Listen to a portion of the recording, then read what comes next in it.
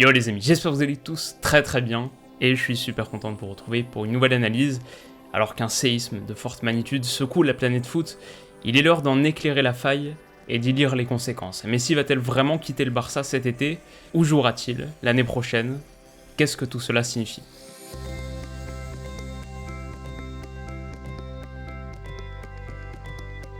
On commence par les faits et par cette bombe lâchée hier soir à 19h par Alfredo Martinez de la radio Onda Cero.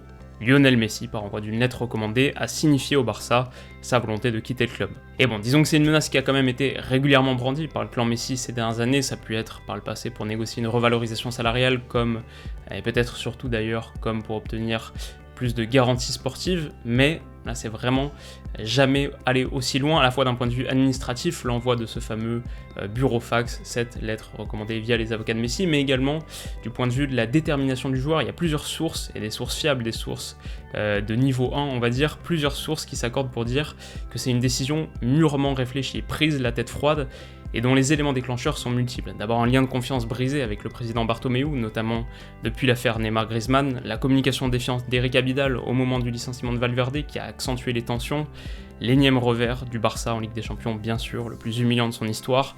Enfin, il y a de bonnes raisons de penser que la goutte d'eau qui a fait déborder le vase, c'est la décision du nouvel entraîneur Ronald Koeman de se séparer de Luis Suarez cet été, le meilleur ami notoire de Messi. Alors maintenant, est-ce que ça peut se faire? Est-ce que Messi peut vraiment quitter le Barça?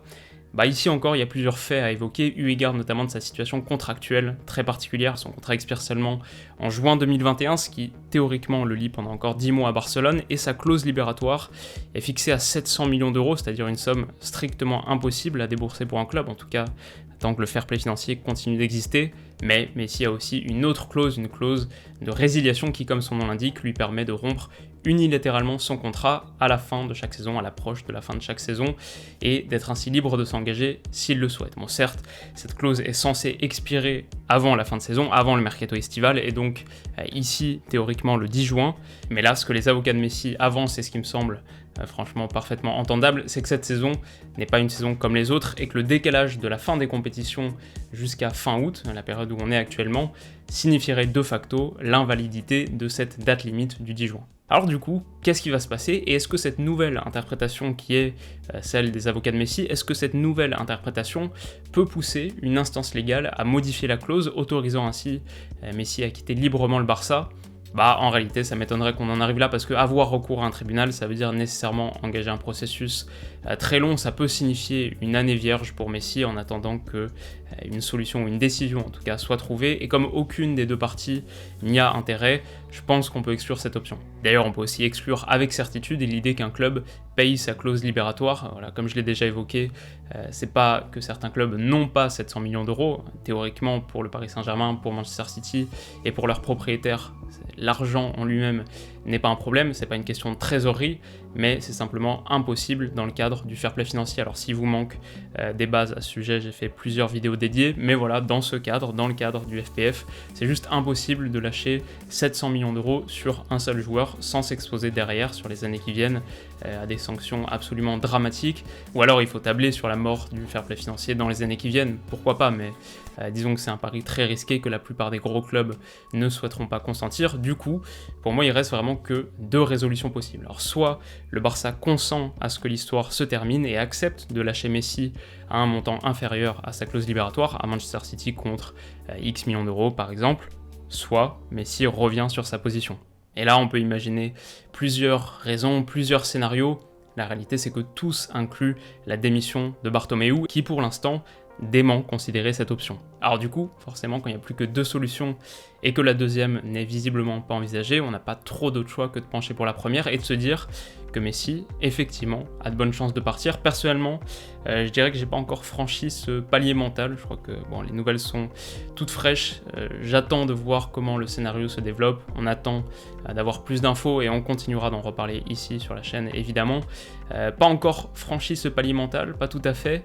mais si je devais parier absolument, si on me mettait dans cette fameuse situation de vie ou de mort, je dirais que c'est quand même plutôt du 60-40 pour un départ, ça paraît absolument fou de le dire, et dans ce cadre, je vois aucun club capable de signer Messi, à part Manchester City, qui alors à la fois au regard de leur capacité financière, de l'intérêt qu'ils ont manifesté, de l'intérêt de Messi, qui retrouverait Guardiola bien sûr, mais aussi son ami Agüero, Messi est le parrain de son fils.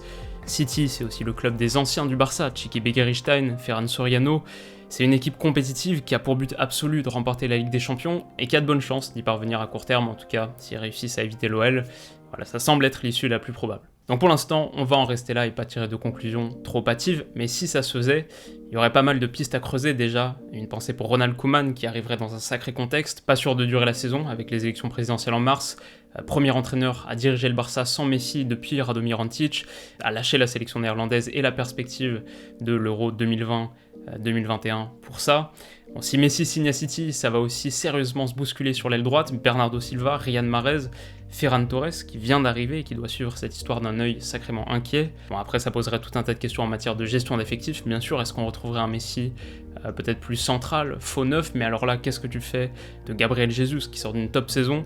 Quelque part, si on poursuit dans les projections, on peut même se demander si ce move ne serait pas bon pour le Barça lui-même, et alors je conçois que ce soit très étrange d'introduire cette réflexion, est-ce que tu peux vraiment être meilleur sans celui qui est à mes yeux en tout cas le plus grand joueur de l'ère moderne, sans doute de tous les temps?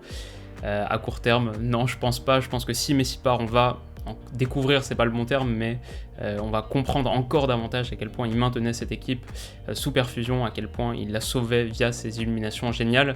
Mais la réalité, c'est que Messi allait partir un jour, Messi n'était pas éternel, et si les planètes s'alignent, on va dire, si vraiment tout est géré parfaitement, si de grands changements sont menés au niveau institutionnel, c'est la possibilité de mener une opération en reconstruction peut-être un petit peu plus tôt que prévu. Alors ensuite, je serais beaucoup moins dithyrambique sur le volet financier. Oui, Messi coûte, bonus compris, environ 100 millions d'euros par an, mais combien est-ce que Messi rapporte? Quel rôle est-ce qu'il a joué dans la constitution d'une des plus grandes fanbases du monde? D'ailleurs, on le lit partiellement sur les photos qui sont sorties ces nuits, à propos desquelles je voulais, pour finir, toucher un mot, car elle me semble superbement apocalyptique. La nuit noire, les masques, il y a tellement de 2020 là-dedans. Une année où tant de certitudes sont déliées, où l'avenir a rarement paru aussi incertain, étrange. On vit un moment d'histoire, voire plusieurs. En tout cas, voilà les amis, c'est la fin de cette courte analyse. J'espère vraiment qu'elle vous aura plu comme toujours. Juste avant qu'on se quitte, la petite ironie de l'histoire, c'est qu'il y a quelques semaines à peine, j'étais en train de travailler sur une vidéo que j'avais intitulée « Où devrait signer Messi ?» En fait, à l'époque, c'était juste pour le côté expérience de pensée. J'avais inclus une réflexion sur le plaisir de la projection, qui est quelque chose qui me marque particulièrement en foot. Je trouve que on regarde vers le passé avec des yeux attendris, on aime regarder vers le passé, il nous constitue, mais on aime aussi beaucoup regarder vers le futur, se projeter sur la saison qui arrive. Donc voilà, le plaisir de la projection qu'on ressent via le marché des transferts, le mercato. C'était l'occasion d'en parler sur la visualisation d'un nouveau monde. Tout ça très très théorique, et puis là, le réel nous rattrape.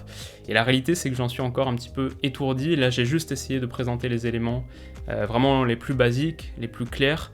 Mais voilà, la réalité, c'est que je ne sais pas encore trop quoi en penser. C'est une drôle de nouvelle. Donc heureusement, on aura le temps d'en reparler. Si vous voulez pas rater ces vidéos-là et puis toutes les prochaines, vous pouvez bien sûr vous abonner à la chaîne. Comme toujours, ça m'encourage énormément. D'un autre côté donc, on se retrouve très vite pour la suite. D'ici là, passez une excellente journée, une super soirée. Prenez soin de vous surtout. Bisous.